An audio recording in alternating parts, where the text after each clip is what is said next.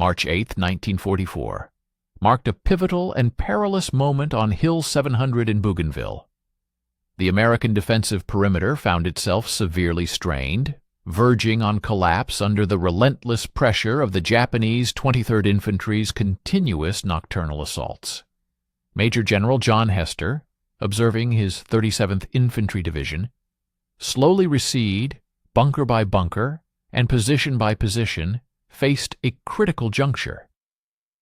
Conventional military wisdom, ingrained through years of strategic training, emphatically dictated a retreat, a tactical withdrawal to more secure ground, a consolidation of the defensive line, and the preservation of vital forces. Yet, as the first rays of dawn pierced the darkness over the Solomon Islands that fateful morning, Hester made a profoundly unconventional decision. This choice, audacious and seemingly reckless, would undoubtedly have resulted in a court-martial within the hallowed halls of any war college.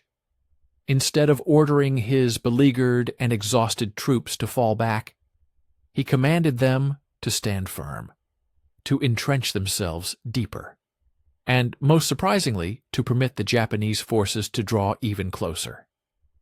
His subordinate officers, witnessing the unfolding scenario, could only stare in utter disbelief as the enemy began to systematically encircle their positions.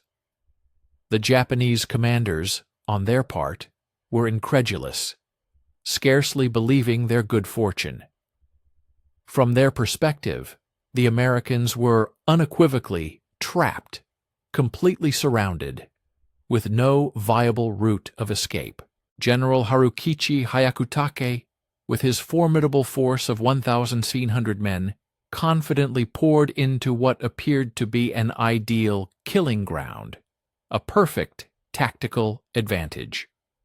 What the Japanese failed to grasp, however, was the grim reality that they had inadvertently marched into what would later be recognized as the most meticulously orchestrated and devastating trap in the entire Pacific theater of war. We invite you to stay with us and watch the end of the video. We will be grateful for your like and subscription. Please leave a comment about where you are from and what you think about the video topic. The initial Japanese shells began to rain down upon Hill 700 at precisely 2300 hours on March 9th. Major General John Hester stood resolute within his command bunker, his gaze fixed on the flickering radio reports as they crackled intermittently through the pervasive static. The enemy's artillery barrage was executed with chilling, methodical precision, systematically traversing the American positions with the unwavering regularity of a metronome. Each concussive explosion sent palpable tremors through the very coral and mud that constituted the resilient backbone of the 37th Infantry Division's defensive fortifications. Colonel George Reed, with the field telephone pressed firmly against his ear, vociferously shouted commands over the incessant din, striving to meticulously coordinate his 2nd Battalion's immediate response. The Japanese 23rd Infantry had chosen their moment with astute tactical acumen. A moonless night, ensuring that American air support would be effectively grounded and visibility drastically reduced to mere yards. Reed's hardened men, deeply entrenched within their meticulously dug foxholes and ingeniously improvised bunkers, could distinctly discern the telltale sounds of the enemy's stealthy movements through the dense jungle below. The auditory cues were unmistakable, the subtle metallic clink of their equipment, the hushed, urgent commands whispered in Japanese, and the rustling of vegetation as hundreds of enemy soldiers meticulously crept closer to the American positions. Captain Edward Johnson, demonstrating remarkable courage, painstakingly crawled from one bunker to another along the precarious forward line, diligently verifying ammunition counts and offering words of encouragement and reassurance to his beleaguered men. The stark mathematics of their predicament were both brutal and disarmingly simple. The Japanese had committed a formidable force of 1,700 troops to this concentrated assault, while Johnson's company was tasked with defending a sector originally designed to accommodate twice that number of defenders. His men were critically spread thin, manning positions that, in an ideal scenario, should have been substantially reinforced weeks prior. The rugged coral ridge that formed Hill 700 inherently offered significant natural defensive advantages. Yet these advantages were rendered largely moot if there were an insufficient number of rifles and trained personnel to adequately hold the critical defensive line. At precisely 200 hours, the relentless enemy artillery barrage abruptly ceased. The ensuing sudden silence was, paradoxically, far more unnerving and disquieting than the preceding bombardment had been.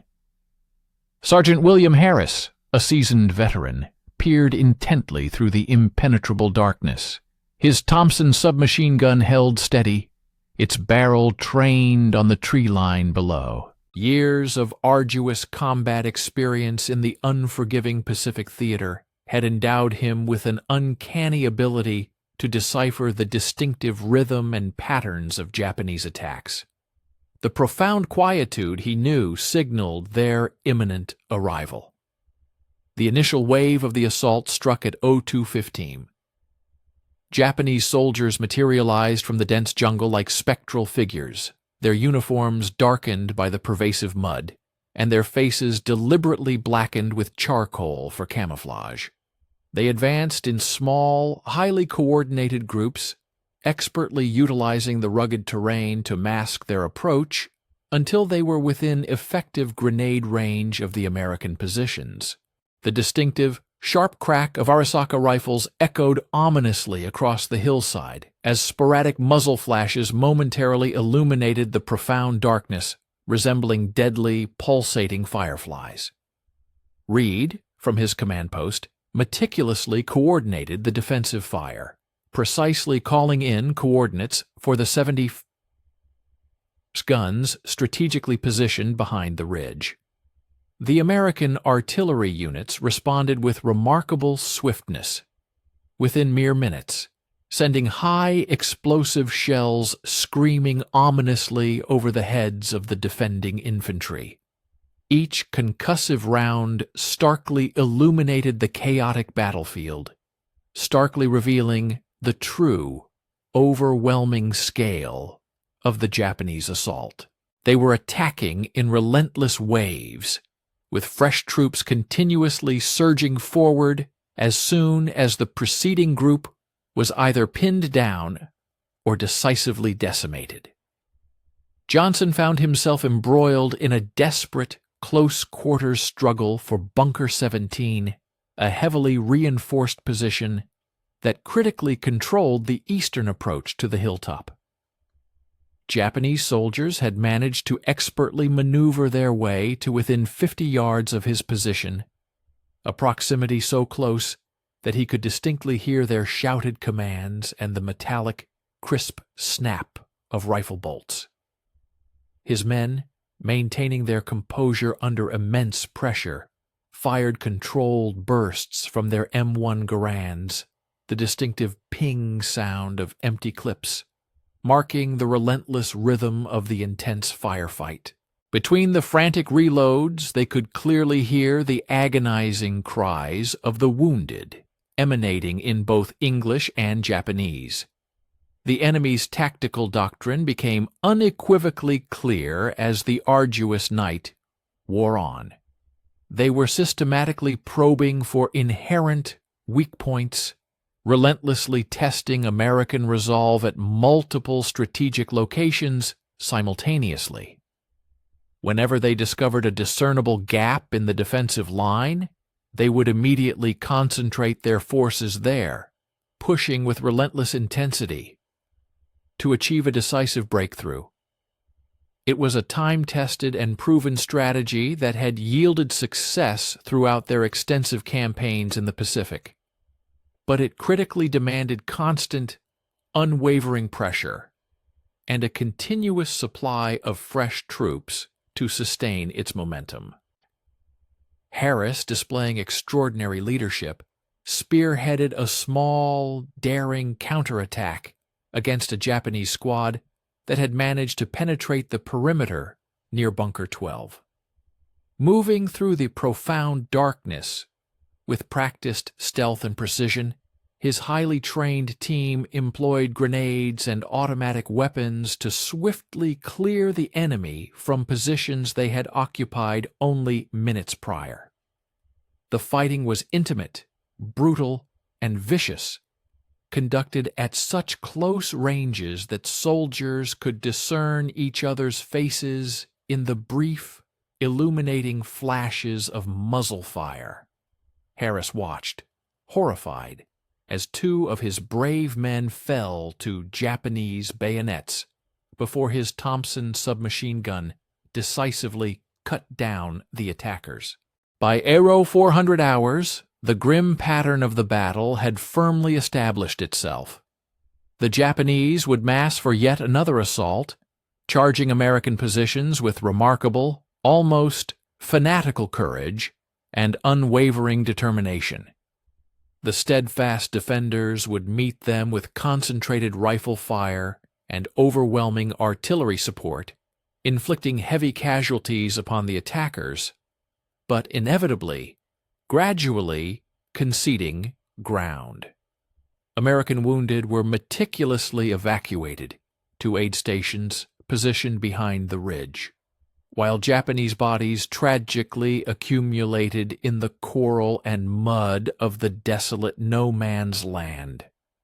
Reed, with a heavy heart, realized that his battalion was fighting not only for precious terrain, but, more critically, for time itself. Each hour they managed to hold delayed the relentless enemy advance toward the vital airfields, thereby buying invaluable time for the arrival of much-needed reinforcements and critical supply drops. The Japanese 23rd Infantry, though an elite and formidable unit, was operating at the extreme end of a long and tenuous supply line. Every round they fired, every grenade they threw, inexorably brought them closer to the point of complete exhaustion. The American forces were pushed nearer to the brink of utter exhaustion. The operational circumstances grew dire at approximately 0500 hours.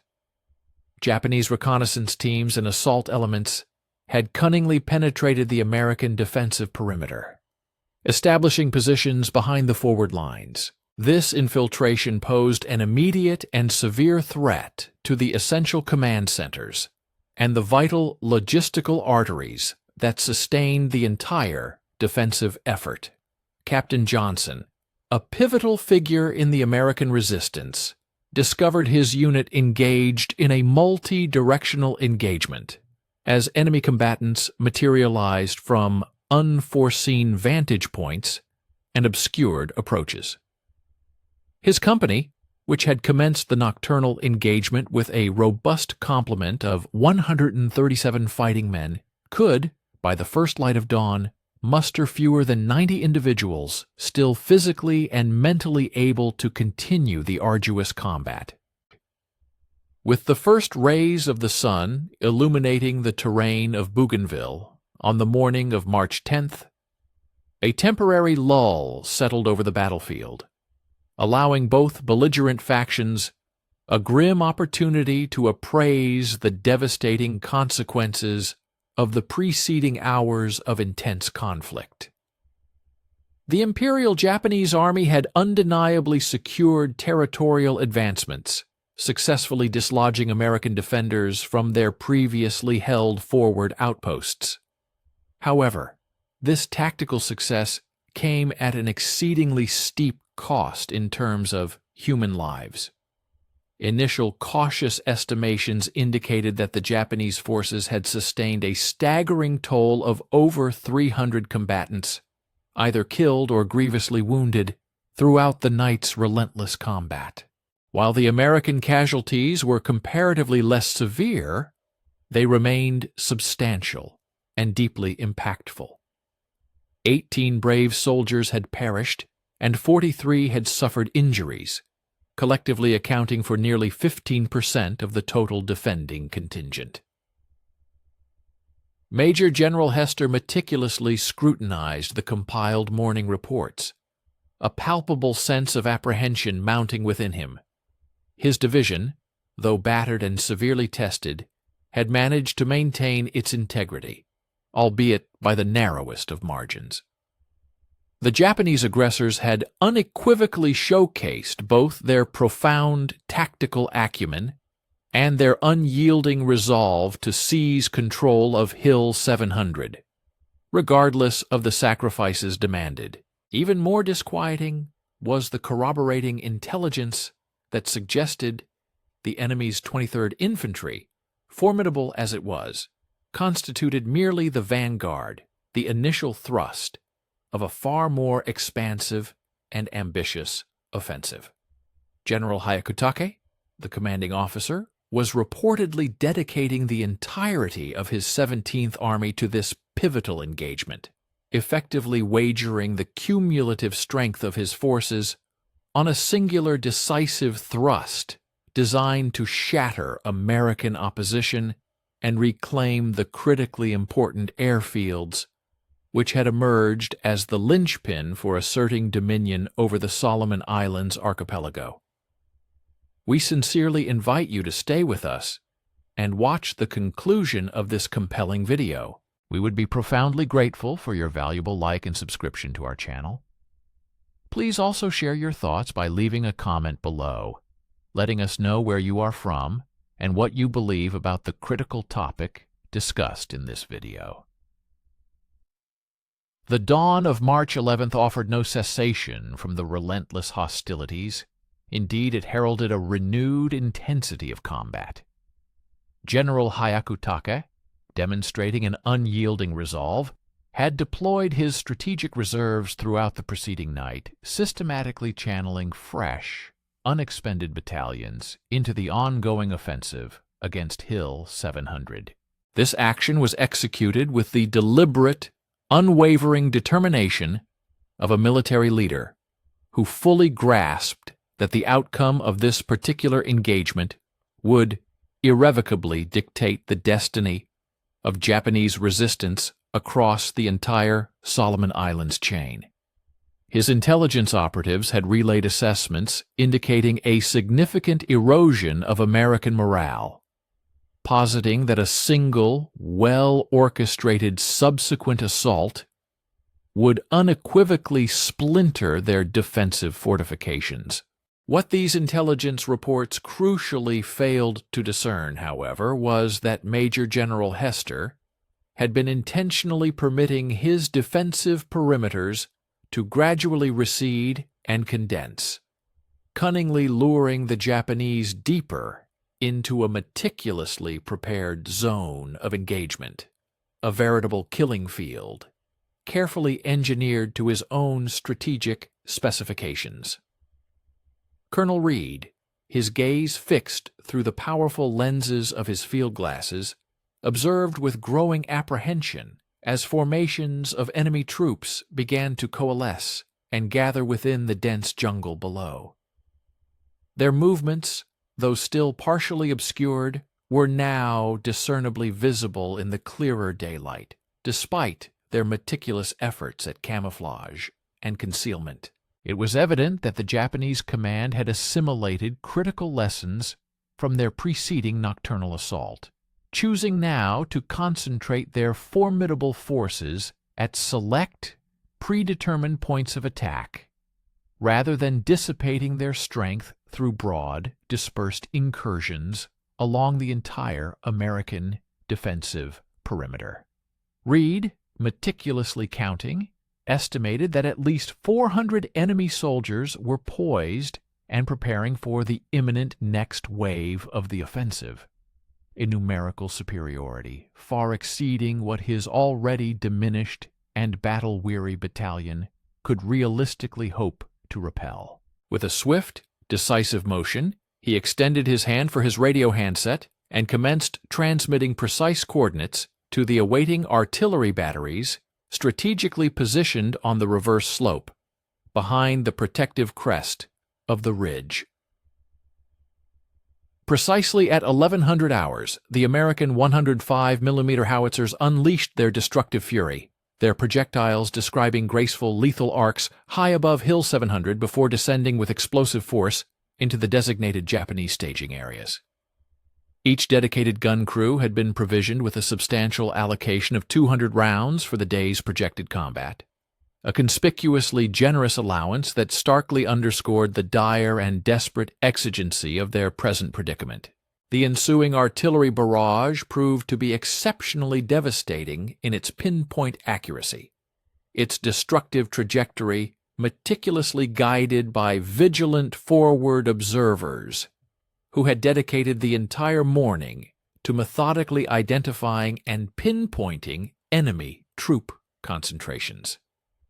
Massive plumes of dense black smoke billowed skyward from the jungle canopy as the high explosive shells found their intended targets with terrifying efficacy. Nevertheless, Colonel Reed, with his profound understanding of battlefield dynamics, remained acutely aware that even such a powerful and precise artillery bombardment, formidable as it was, would ultimately prove insufficient to halt a truly determined and committed enemy assault. During the fleeting moments of the temporary cessation in hostilities, Captain Johnson had judiciously redeployed his diminished complement of fighting men. He carefully withdrew them from the exposed forward slope, relocating them to more advantageous defensive emplacements that afforded superior fields of fire and enhanced tactical opportunities. His company now occupied an intricately linked network of fortified bunkers and meticulously excavated fighting holes, strategically situated along the military crest of the hill. These formidable positions had been painstakingly constructed weeks prior by skilled combat engineers, individuals who possessed an acute understanding of the invaluable tactical advantages inherent in a reverse slope defense. This ingenious setup allowed Johnson's soldiers to remain expertly concealed, effectively invisible, until the enemy forces were fully committed to their direct assault, at which critical juncture they could emerge to unleash a devastating torrent of enfilading fire against the fully exposed and vulnerable Japanese formations. Sergeant Harris had been entrusted with a particularly pivotal and indispensable role within Captain Johnson's intricate defensive blueprint. His dedicated squad was strategically stationed within Bunker 19, a robustly reinforced position that afforded an unparalleled command of the most probable and direct avenue of approach for the anticipated Japanese attackers. Harris had diligently spent the entire morning meticulously verifying the adequacy of ammunition stockpiles, and just as crucially, ensuring that each of his men possessed an absolute and unambiguous comprehension of their designated fire lanes and arcs of responsibility. Every soldier in his command was equipped with 8 fully loaded clips for his standard-issue Garand rifle, complemented by a substantial cache of supplementary ammunition specifically allocated for the squad's formidable Browning automatic rifle bar and their 2 potent Thompson submachine guns. Based on these provisions, Harris conservatively estimated that his 9-man squad could effectively sustain a period of approximately 20 minutes of intensive, high-volume combat before the critical necessity for resupply would arise. The anticipated enemy assault commenced precisely at 1330 hours, initiated by a highly concentrated and exceptionally accurate mortar barrage that systematically traversed the American defensive positions with lethal efficacy.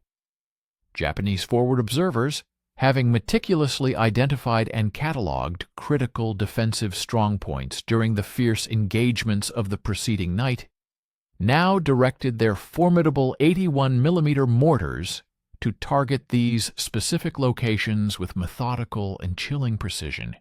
The relentless bombardment persisted for a grueling 15 minutes, saturating the atmosphere with a deadly hail of flying coral fragments and powerful concussive blasts that, with their immense force, rendered many American soldiers temporarily deafened and profoundly disoriented, momentarily impairing their combat effectiveness.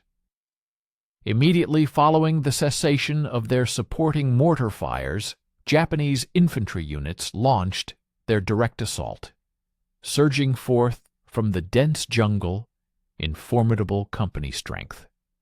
Concurrently, their mortar batteries expertly adjusted their targeting, shifting their destructive focus to strategic objectives located deeper within the American defensive perimeter. This renewed assault exhibited a level of coordination and tactical sophistication markedly superior to anything Colonel Reed's battalion had encountered during the chaotic engagements of the preceding night. The seamless integration of covering fire with precise tactical movements eloquently demonstrated the enemy's enhanced professional competence and refined battlefield strategies. Reed observed with a keen and experienced eye as enemy soldiers advanced methodically by bounds, skillfully exploiting available natural cover, and deploying smoke grenades to effectively mask their approach until they had closed the distance and were well within striking or assault range of the American positions.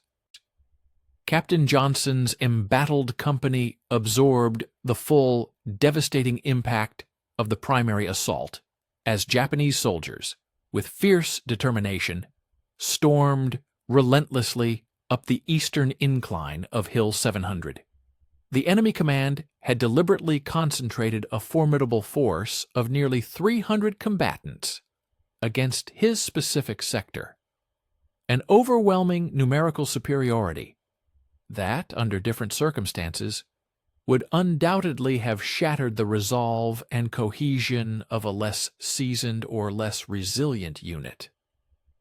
Johnson, exhibiting remarkable composure and tactical sagacity, deliberately withheld his command to engage until the attacking formation was completely and irrevocably committed to their charge. Only then did he issue the decisive order for his men to unleash their concentrated firepower.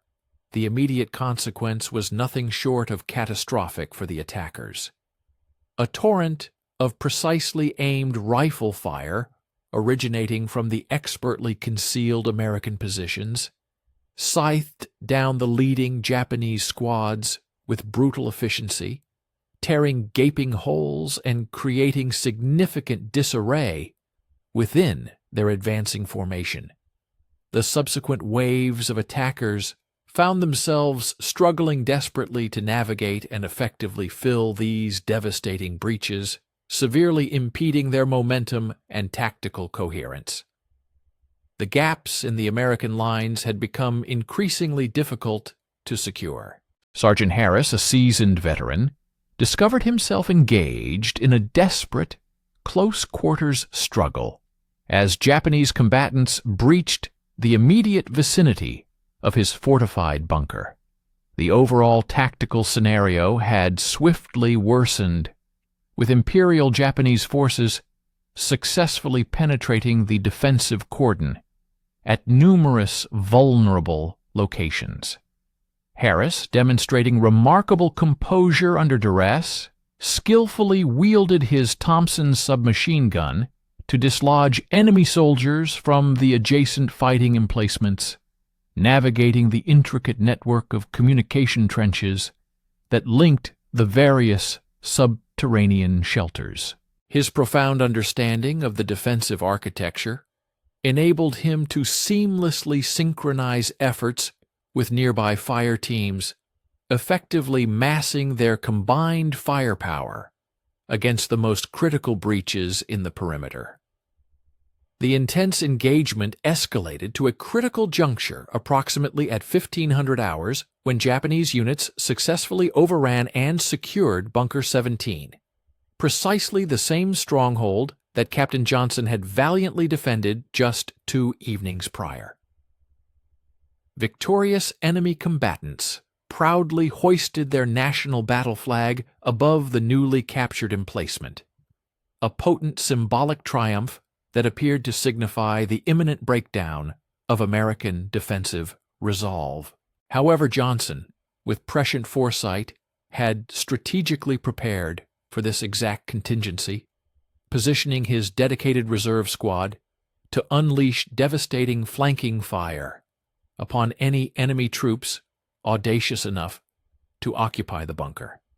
The subsequent American counter-assault was executed with ferocious speed and unyielding brutality, as American infantrymen employed a combination of fragmentation grenades and sustained automatic weapons fire to dislodge the Japanese from positions they had managed to control for a fleeting period of less than 10 minutes.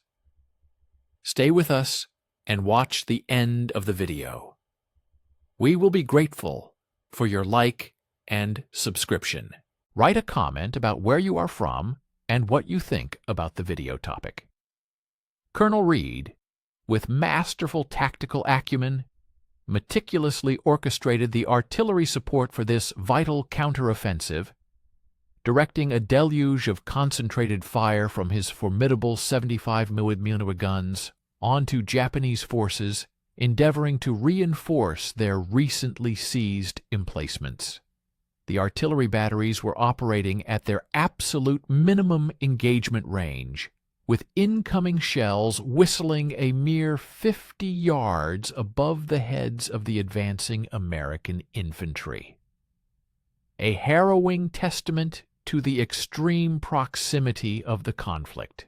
The level of precision demanded for such an operation was nothing short of extraordinary, necessitating impeccable split-second timing and an unbreakable bond of absolute trust between the forward observation teams and the dedicated gun crews.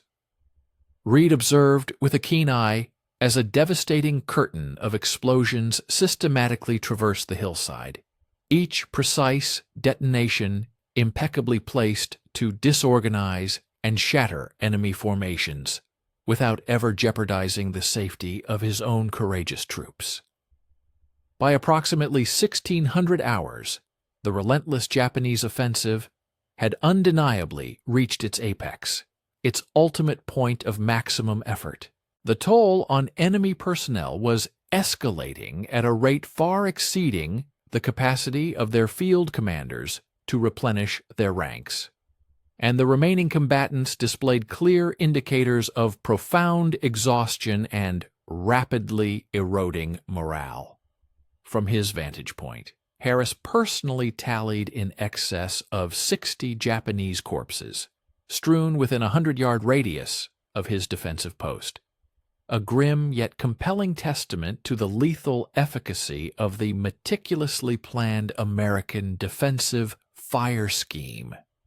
While American losses were comparatively lighter, they remained undeniably substantial. Captain Johnson's company, once a formidable unit, had been reduced to fewer than 70 operational soldiers, while Colonel Reed's entire battalion had endured a staggering attrition rate of over 40% since the commencement of hostilities.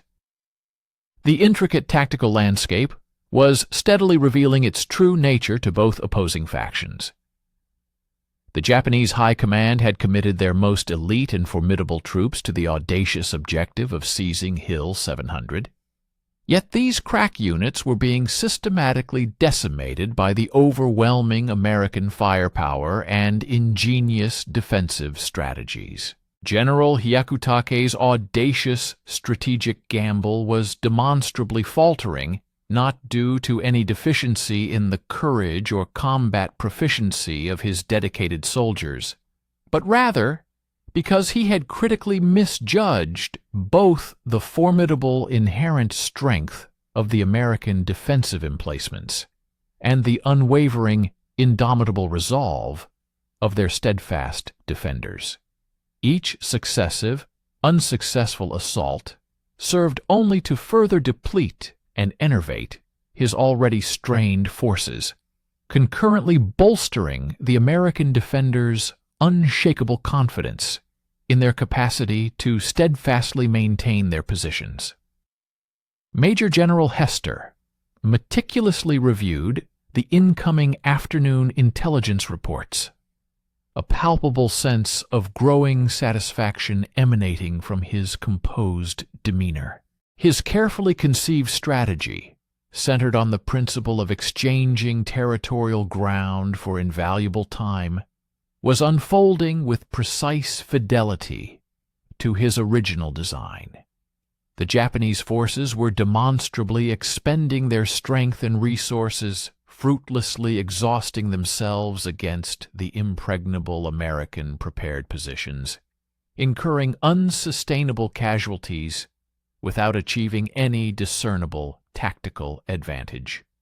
The formidable enemy 17th Army was being systematically dismantled, one costly assault after another, by an American contingent that, only a few days prior, had seemed perilously close to succumbing entirely.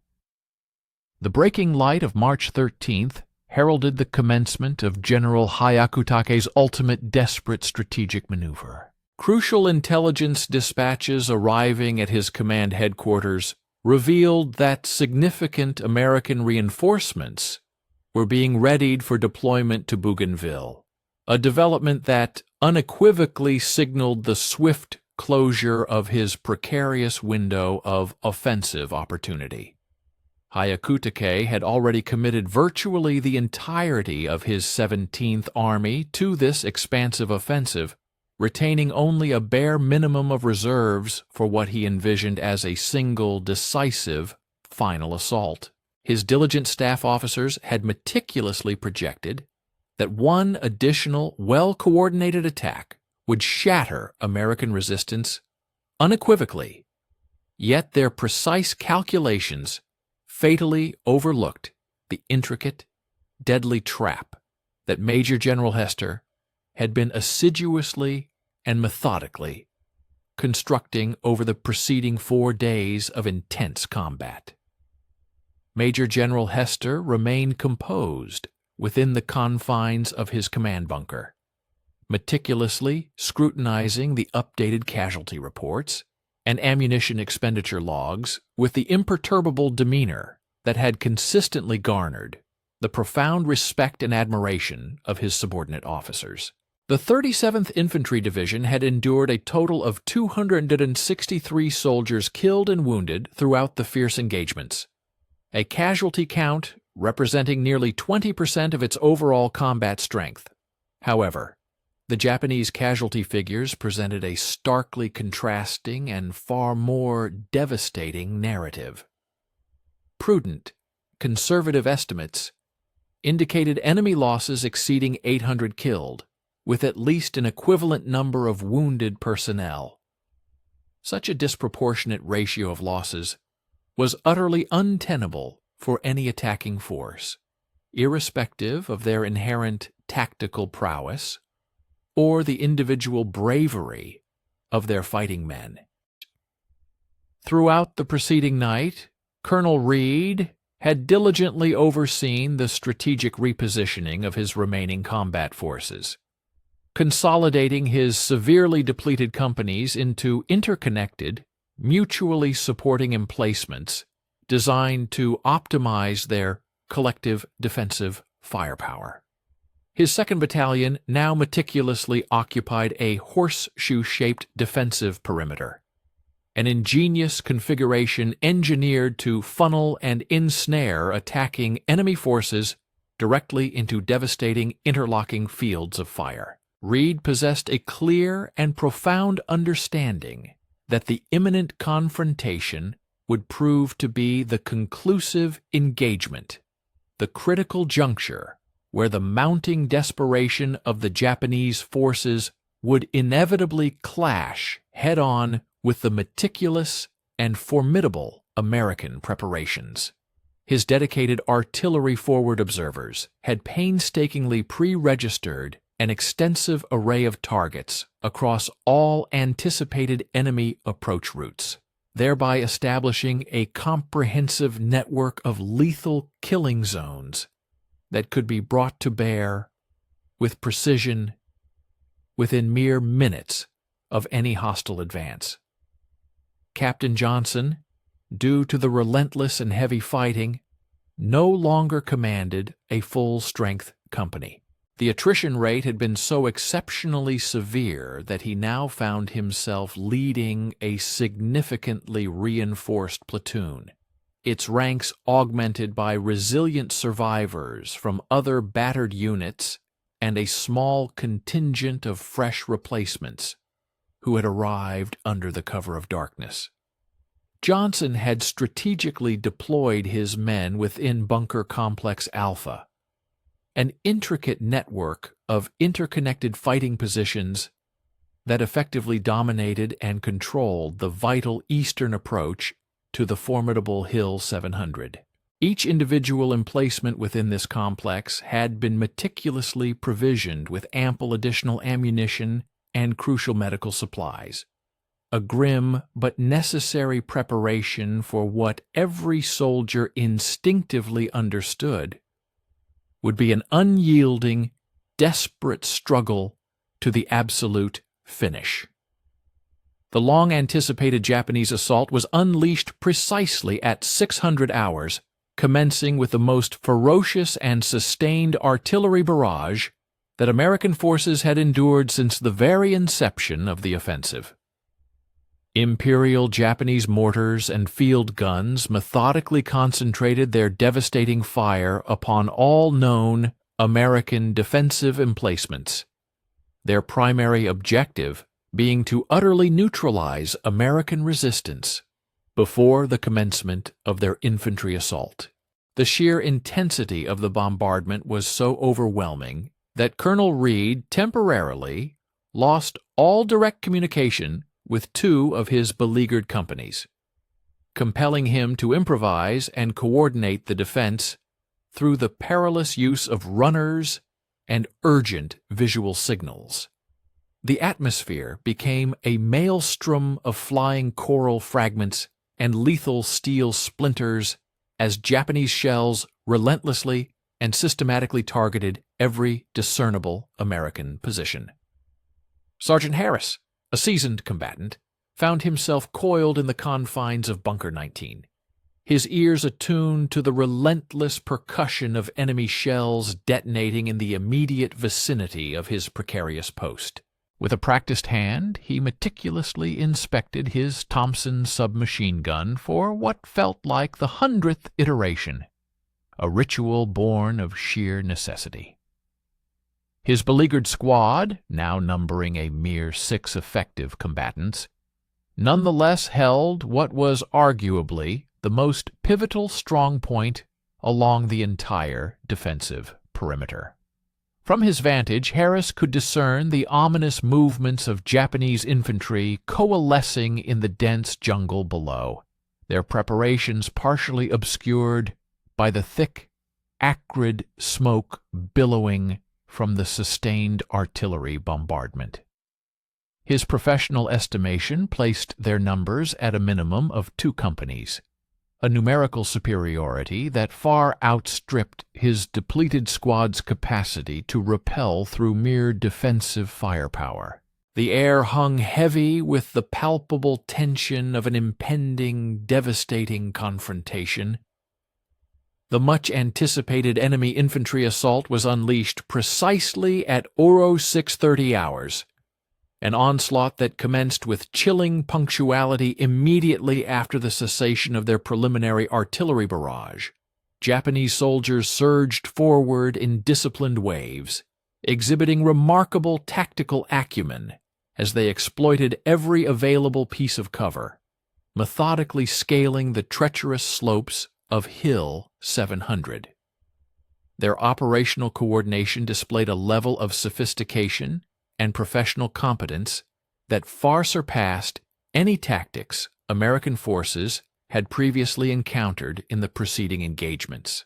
This advanced methodology included the adept deployment of smoke grenades for concealment, precisely coordinated covering fire, and highly effective bound and overwatch movements. From his observation post, Reed, peering through his field glasses, witnessed these enemy formations execute their maneuvers with textbook precision, their officers maintaining an astonishing degree of control even in the face of the devastating American counter-response. It was Johnson's reinforced platoon, strategically positioned, that bore the brunt of this primary Japanese thrust, with an estimated force of over 200 enemy soldiers concentrating their offensive efforts against his position. While the numerical and tactical disparity initially appeared overwhelming, Johnson possessed inherent advantages that mere numbers alone could not surmount. His men were entrenched within meticulously prepared positions, fortified by the invaluable asset of pre-registered artillery support, which offered a distinct strategic edge. In stark contrast, the attacking Japanese forces were compelled to advance across exposed, open ground, directly under the unblinking gaze of American observation. Demonstrating remarkable tactical discipline, Johnson deliberately withheld his order for his men to commence firing, patiently waiting until the enemy formation was fully committed to their advance. This calculated decision was a crucial one, designed to maximize the lethality and effectiveness of their regrettably limited ammunition supply, ensuring every round counted in the ferocious struggle ahead. Stay with us and watch the end of the video.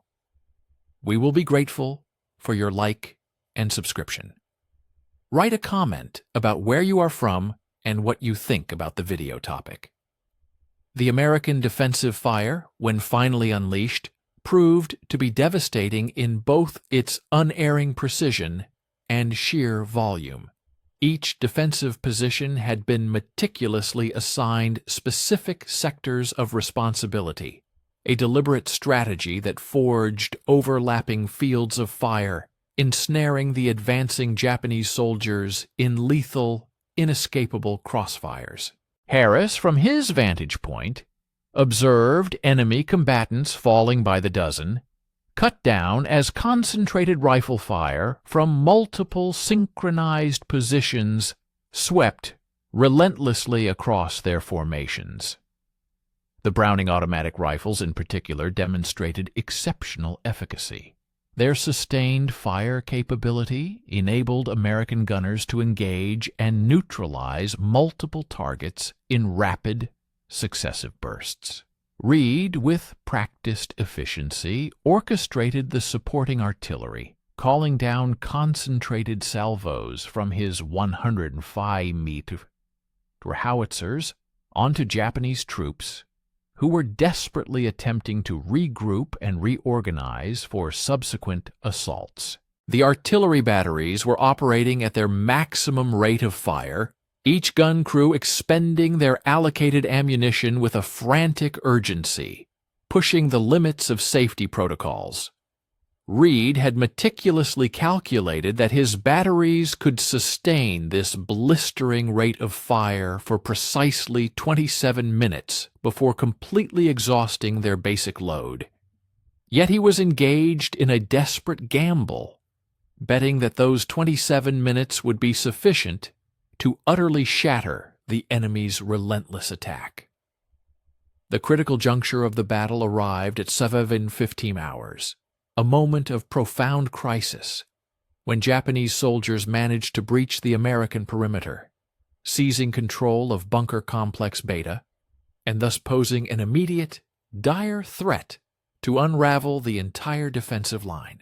Enemy troops, emboldened by their success, ceremoniously hoisted their battle flag over the newly captured position, a symbolic gesture of victory that seemed to herald the imminent triumph of their offensive.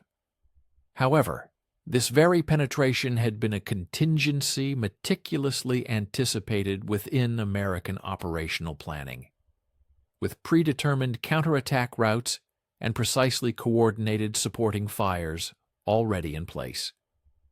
Johnson, exhibiting decisive leadership, spearheaded the immediate counter-response, skillfully maneuvering his reserve squad through concealed approaches to deliver devastating flanking fire against the enemy-held positions. Harris, in the chaotic maelstrom, found himself engaged in fierce combat inside the American perimeter, as Japanese soldiers aggressively sought to exploit their hard-won penetration. The tactical situation had devolved into a fluid, unpredictable melee, with small desperate groups of soldiers from both factions maneuvering through the intricate defensive complex in a deadly, high-stakes game of hide-and-seek.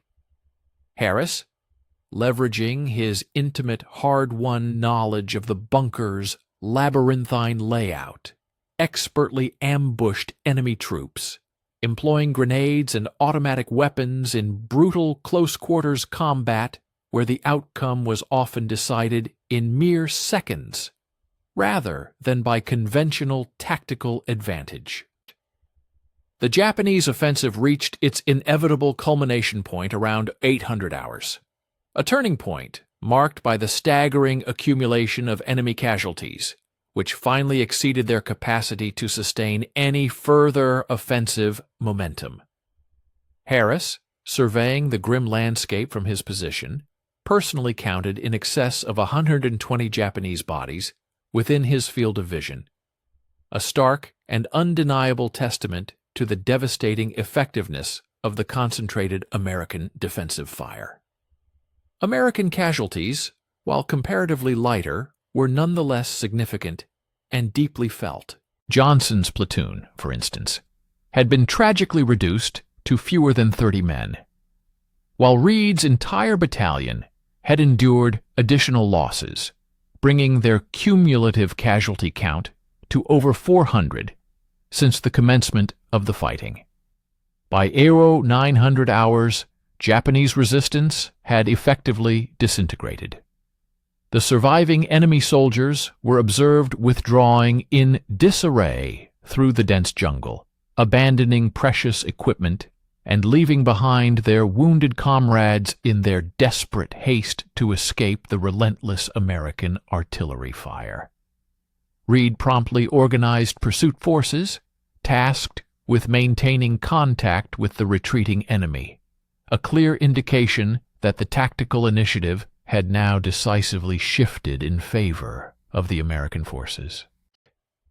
General Hyakutake's audacious gamble had utterly failed, a catastrophic miscalculation that cost him over 1,200 casualties while yielding absolutely nothing of strategic value. Major General Hester surveyed the blood-soaked battlefield as the morning light, stark and unforgiving, gradually unveiled the full, horrific extent of the Japanese losses.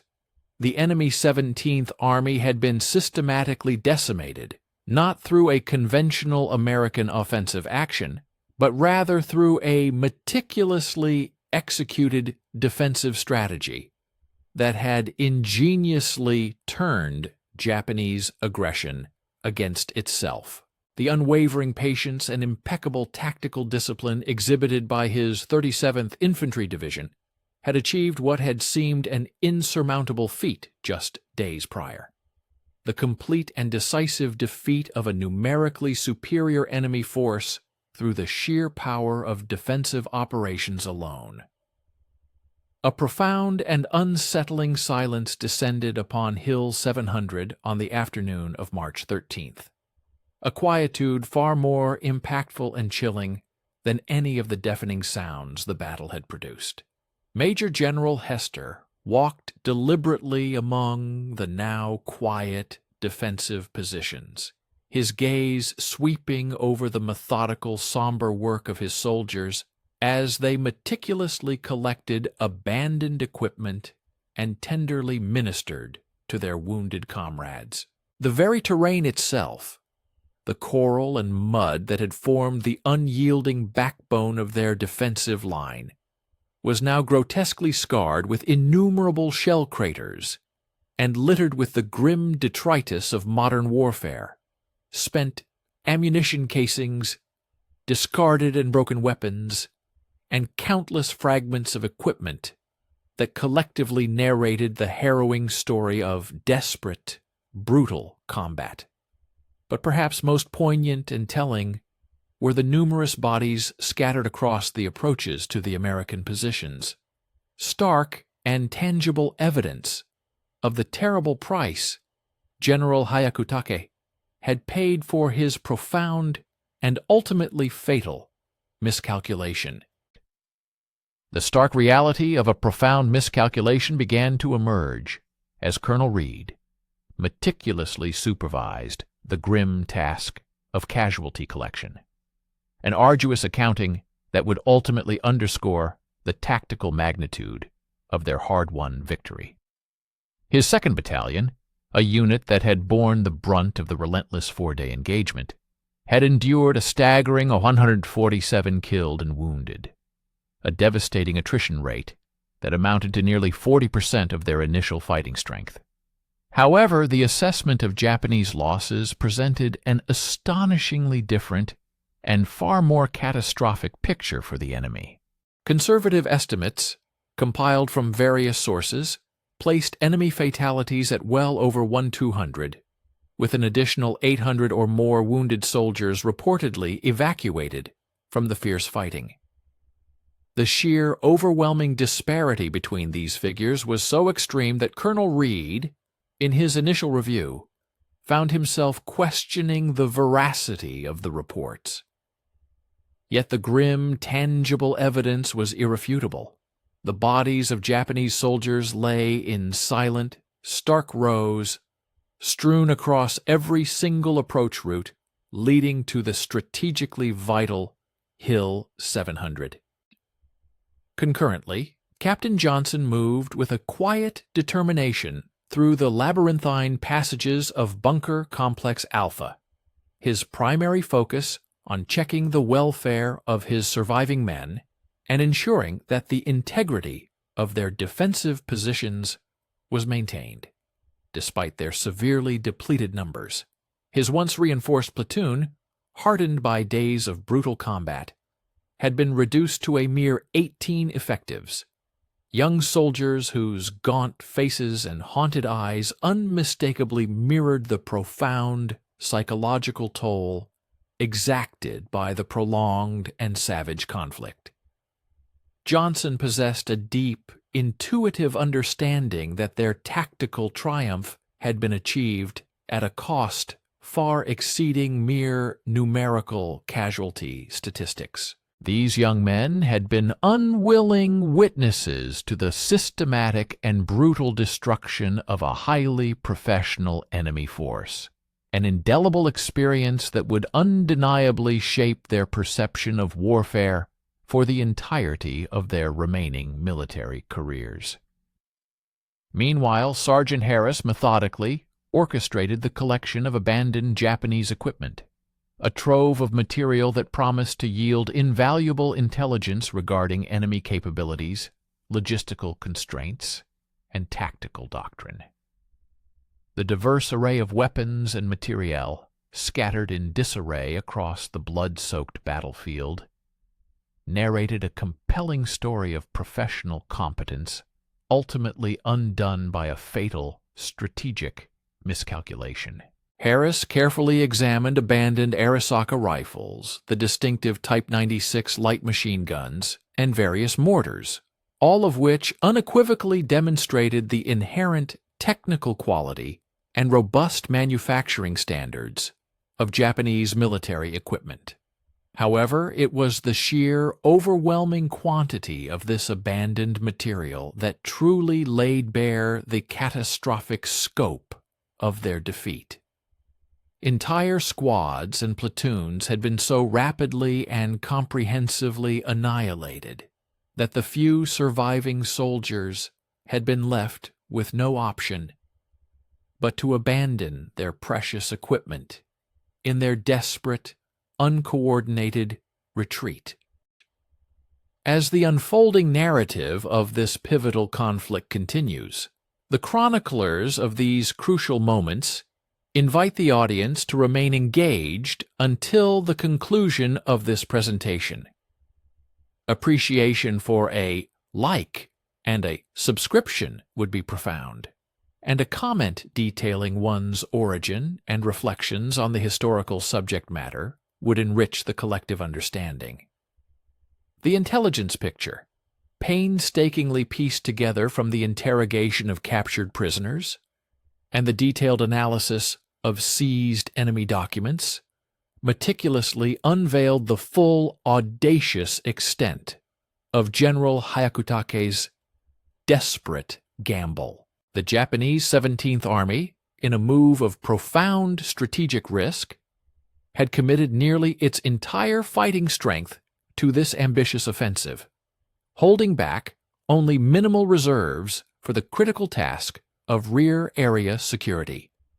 Enemy commanders, operating under a fundamentally flawed premise, had erroneously calculated that American morale was inherently fragile, believing that a single, well-coordinated assault would inevitably trigger a general retreat, thereby exposing the vital Piva airfields to swift recapture. Instead, they had stumbled upon an American force that had deliberately and strategically contracted its perimeter, skillfully drawing the advancing Japanese troops into meticulously prepared killing zones where superior firepower could be devastatingly concentrated against their exposed and vulnerable formations.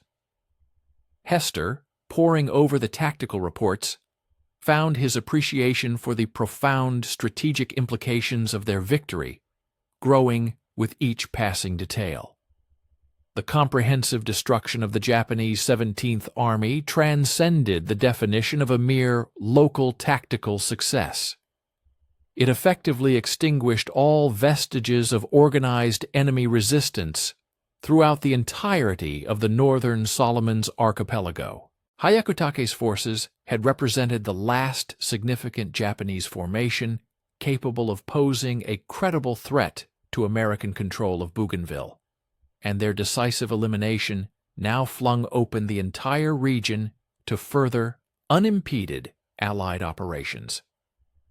The crucial airfields at Piva were, at last, unequivocally secure, providing an indispensable base for sustained air operations against remaining Japanese positions throughout the vast expanse of the Western Pacific. Colonel Reed, seizing the initiative, immediately coordinated the expansion of American positions, dispatching reconnaissance patrols forward to maintain constant contact with the demoralized and retreating Japanese forces.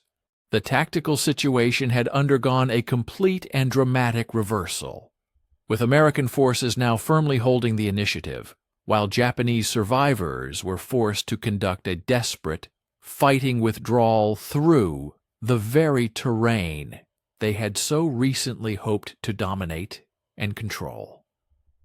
Reports from Reed's forward patrols painted a vivid picture of abandoned enemy positions scattered throughout the dense jungle, fortifications that had been painstakingly constructed to support a prolonged and determined offensive, but were now being evacuated with as much haste as Japanese logistics would permit. The medical situation, perhaps more than any other factor, offered the starkest and most poignant evidence of the battle's devastating outcome. American aid stations, despite the intensity of the four-day engagement, had treated a manageable 263 casualties, a significant number but well within the operational capacity of the divisional medical assets.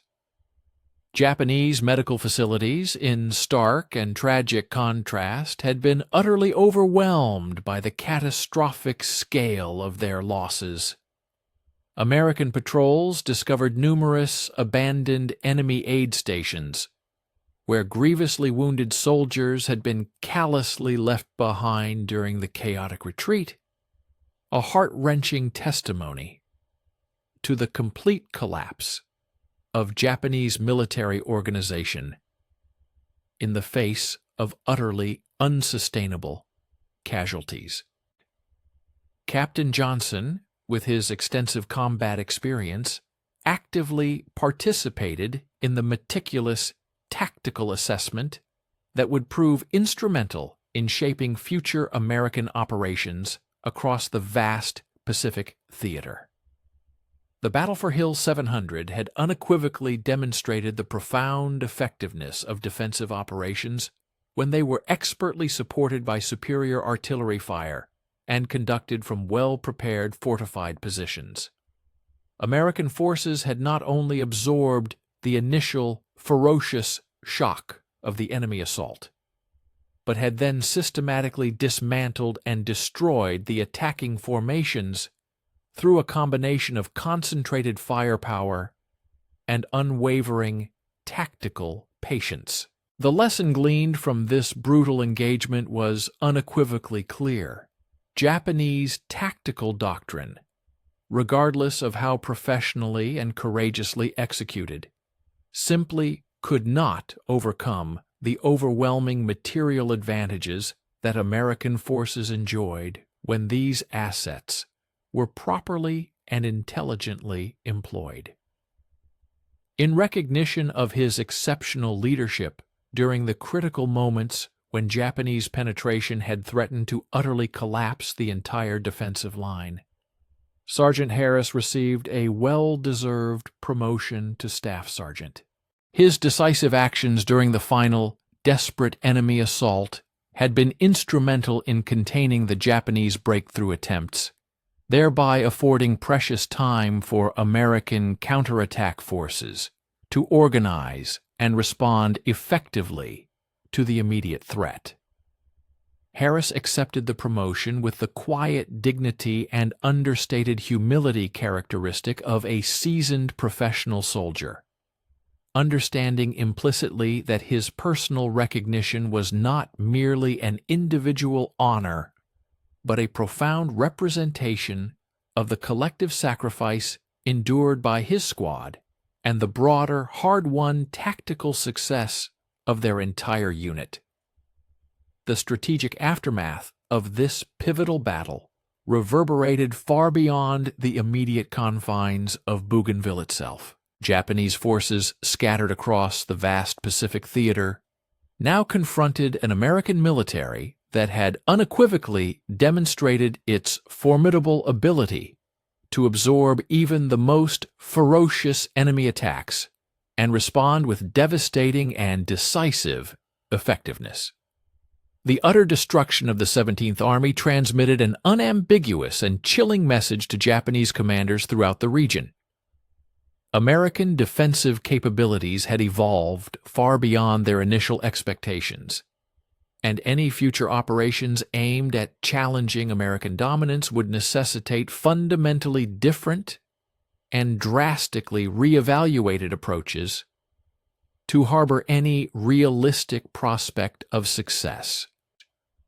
Major General Hester meticulously compiled his post-engagement analysis, fully cognizant that this particular confrontation would serve as a seminal case study for military strategists and tacticians for generations. This specific battle exemplified the quintessential execution of defensive maneuvers. Strictly adhering to time-honored tactical doctrines, such as the judicious application of resources, economy of force, coordinated assistance between units, mutual support, and the precise convergence of overwhelming firepower at the critical juncture. His esteemed 37th Infantry Division had unequivocally proven that American military units possessed the capability not merely to withstand relentless enemy offensives, but to systematically dismantle and annihilate assaulting formations through meticulously planned readiness and unwavering tactical adherence. The conclusive tally of casualties underscored the profound tactical import of their triumph. Throughout the intense four-day engagement, American forces regrettably sustained 263 killed and wounded, a grievous toll yet deemed justifiable in light of the pivotal strategic aims achieved. In stark contrast, Japanese casualties soared beyond 1,800 killed and wounded, effectively signifying the near-total obliteration of an entire Army-equivalent fighting force. This exceptionally advantageous exchange ratio dramatically reconfigured the strategic equilibrium across the northern Solomons archipelago, solidifying American dominion over crucial terrain destined to become a vital launchpad for subsequent military campaigns directed towards the Japanese home islands. Colonel Reed undertook a final inspection tour of the fortified positions, witnessing firsthand the understated yet profound professionalism emanating from the soldiers who had unequivocally distinguished themselves amidst the searing trials of contemporary warfare. These valiant individuals had confronted seemingly insurmountable challenges, emerging triumphant through a masterful blend of strategic acumen, profound personal bravery, and an unyielding collective resolve. Their decisive victory at Hill 700 served as an irrefutable testament to the fact that American military power commanded both the requisite physical resources and the unparalleled professional proficiency essential to vanquish any adversary, irrespective of their formidable reputation or established combat methodologies. In the ensuing weeks after the complete disintegration of Japanese resistance on the contested terrain of Hill 700, the full and profound strategic implications of Major General Hester's 37th Infantry Division's achievements began to surface with startling clarity. American intelligence operatives meticulously assembled the intricate details of General Hyakutake's audacious, yet ultimately calamitous, strategic wager. This understanding was gleaned through the careful examination of seized enemy documents and extensive interrogations of captured personnel, which unveiled that the Japanese 17th Army had committed virtually its entire available operational reserve to what its commanders confidently anticipated would be a pivotal and decisive breakthrough. Far from achieving their objectives of decimating American morale and reclaiming the strategically vital Piva airfields, General Hyakutake had, through his misjudgment, inadvertently orchestrated the systematic annihilation of the final, substantial Japanese military contingent capable of mounting offensive maneuvers within the critical northern Solomons region. Stay with us and watch the end of the video. We will be grateful for your like and subscription. Write a comment about where you are from and what you think about the video topic. Colonel Reed meticulously oversaw the systematic expansion of American defensive lines across the entirety of what had previously constituted the Japanese defensive perimeter. During this process, he encountered a desolate landscape of abandoned fortifications, each silent structure narrating the tragic downfall of a once formidable professional military organization that had, quite simply, ceased to function as a cohesive and effective fighting entity. Japanese engineering units had painstakingly erected intricate and robust defensive installations deep within the dense jungle terrain. These strongholds originally conceived to sustain a protracted and arduous campaign. Yet, they now stood eerily vacant, save for a scattering of discarded equipment and personal belongings, poignant remnants of the hasty and disorganized withdrawal. Furthermore, reconnaissance patrols dispatched under Reed's command frequently reported encountering small, isolated contingents of Japanese soldiers, disoriented stragglers who had become separated from their parent units amidst the chaotic retreat, and now aimlessly traversed the unforgiving jungle, utterly devoid of any discernible military objective or command. Perhaps even more profoundly illustrative of the Japanese defeat than the stark casualty figures themselves was the overwhelming logistical evidence strewn across the battlefield. American supply officers undertook the arduous task of meticulously inventorying vast quantities of abandoned enemy materiel discovered throughout the contested zone. This included heavy artillery pieces rendered inoperable and forsaken following the annihilation of their operating crews, mortars left behind when their crucial ammunition bearers fell victim to combat, and numerous machine guns, discarded by soldiers whose physical exhaustion rendered them incapable of transporting the heavy weaponry during their desperate flight. This immense collection of war material represented months of painstaking preparation, meticulous packing, and arduous transportation across thousands of miles of the vast Pacific Ocean, only to be rendered utterly worthless by the comprehensive destruction of the very fighting forces specifically trained and equipped to utilize it effectively. Captain Johnson spearheaded reconnaissance patrols deep into sectors that, merely days prior, had functioned as formidable Japanese strongholds. There, his teams encountered tangible proof of the astonishing rapidity with which military fortunes could invert when fundamental tactical errors collided with an adversary's overwhelming firepower. Japanese command posts, for instance, had been evacuated with such precipitous haste that vital documents and strategic maps remained haphazardly scattered across planning tables. A series of chilling, frozen tableaux vividly illustrating the abrupt shift from sanguine confidence to utter catastrophe. Johnson's soldiers unearthed deeply personal letters penned by Japanese officers to their loved ones, correspondence that poignantly conveyed their unwavering conviction that this offensive would culminate in a definitive triumph, thereby facilitating their glorious return home.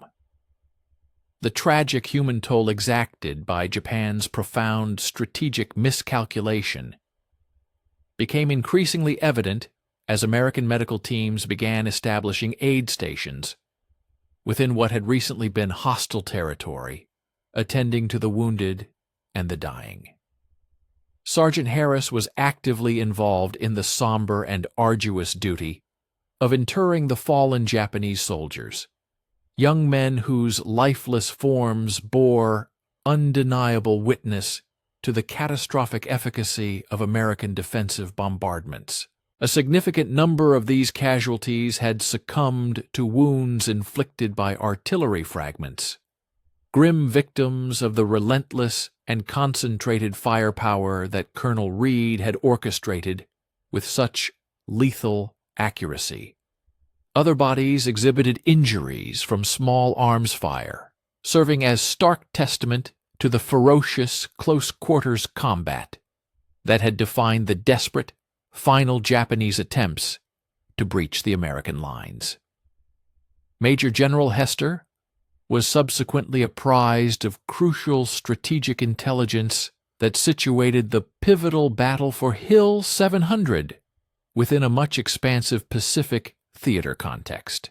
The definitive annihilation of the Japanese 17th Army had effectively eradicated the final substantial menace to American supremacy over the northern Solomons archipelago, thereby decisively safeguarding the operational flank for forthcoming offensives against more robustly fortified Japanese garrisons.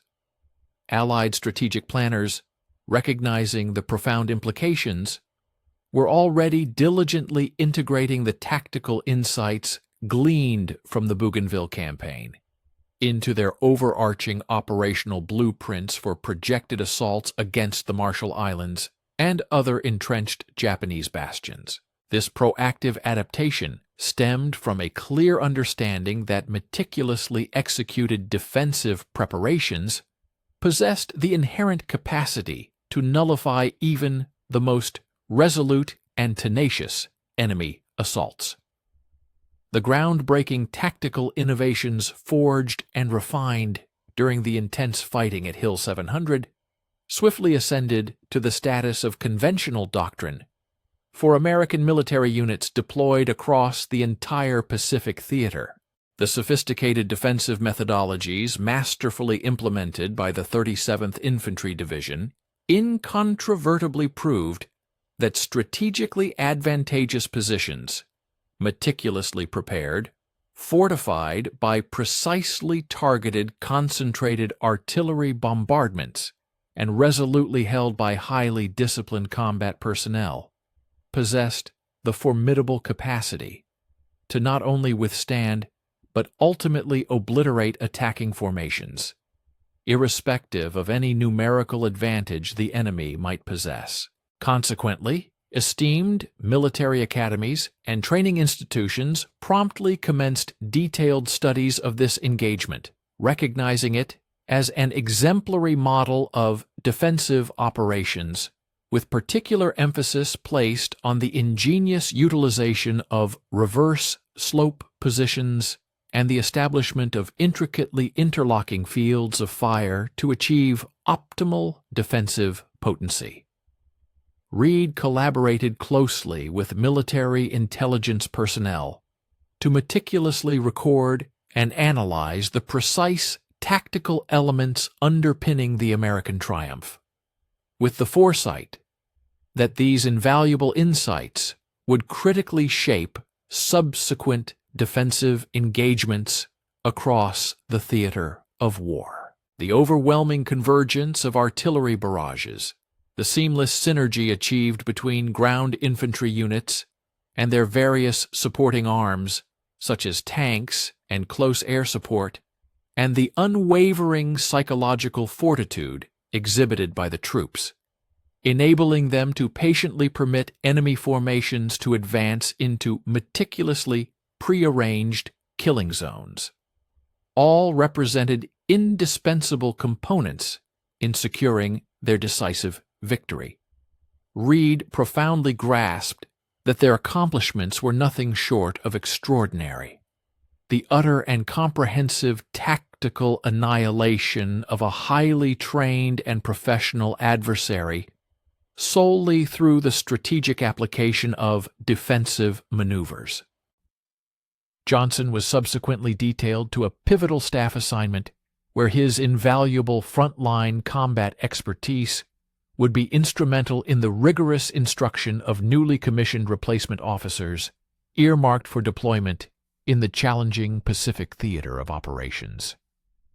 His exemplary conduct and decisive actions throughout the engagement had unequivocally underscored the critical significance of effective small unit leadership within the complex crucible of modern warfare, especially highlighting the indispensable capacity for swift, astute, tactical decision-making amidst the most intense duress. Johnson keenly perceived that his elevation in rank signified not merely an individual commendation for his bravery and skill, but rather a broader recognition that the battle-hardened officers who had endured the crucible of Hill 700 now held a reservoir of vital, life-saving knowledge applicable to future American engagements. The far-reaching strategic ramifications stemming from this Japanese reversal transcended the confines of the localized, immediate tactical scenario unfolding on Bougainville. Adversary commanders across the vast expanse of the Pacific theater were now compelled to confront the stark truth that American defensive prowess had advanced to such a formidable degree that their long-established conventional offensive doctrines proved not merely futile, but indeed demonstrably detrimental to their own objectives. The methodical and comprehensive obliteration of the 17th Army served as unequivocal proof that American military units possessed the dual capacity not only to withstand and absorb sustained enemy assaults, but also to ingeniously leverage those very attacks to systematically dismantle and eradicate entire opposing formations by virtue of their overwhelming firepower and meticulous tactical foresight. We invite you to stay with us and watch the conclusion of this insightful video. Your like and subscription would be greatly appreciated. Please also share where you are from and your thoughts on the topic discussed in the video. Harris played a crucial role in solidifying a lasting American foothold across the previously contested Japanese operational zone, overseeing the rapid construction of vital supply depots and sophisticated communication networks designed to underpin and facilitate forthcoming Allied campaigns. The metamorphosis observed was truly extraordinary. Territories that, only a few weeks prior, had functioned as formidable Japanese bastions were now repurposed as launch pads for American military endeavors, targeting lingering enemy strongpoints across the broader geographical expanse. Harris cogently remarked that the essence of successful modern warfare resided fundamentally in superior logistics and exhaustive preparation, elements that American forces had demonstrably perfected, whereas their adversaries had predominantly emphasized individual valor and fleeting tactical ingenuity. The conclusive strategic evaluation unequivocally affirmed that the engagement at Hill 700 had yielded outcomes extending considerably beyond its immediate, localized tactical aims.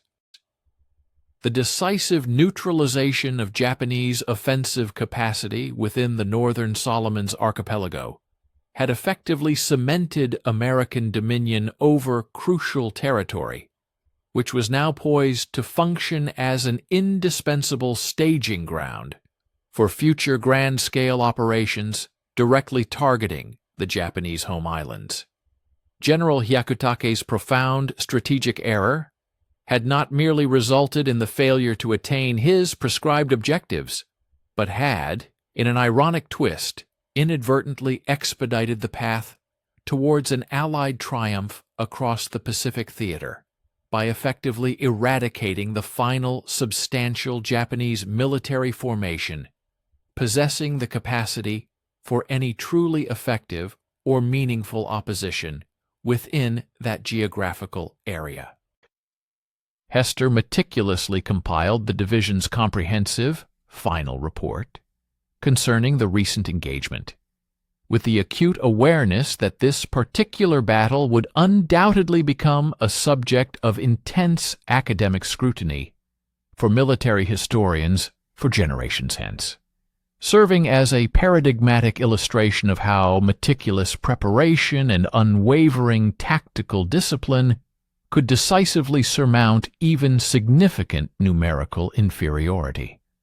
The valorous 37th Infantry Division had unequivocally proven that American military units commanded not only a distinct material advantage, but also a level of professional prowess and strategic acumen fully commensurate with any adversary they might encounter on the battlefield.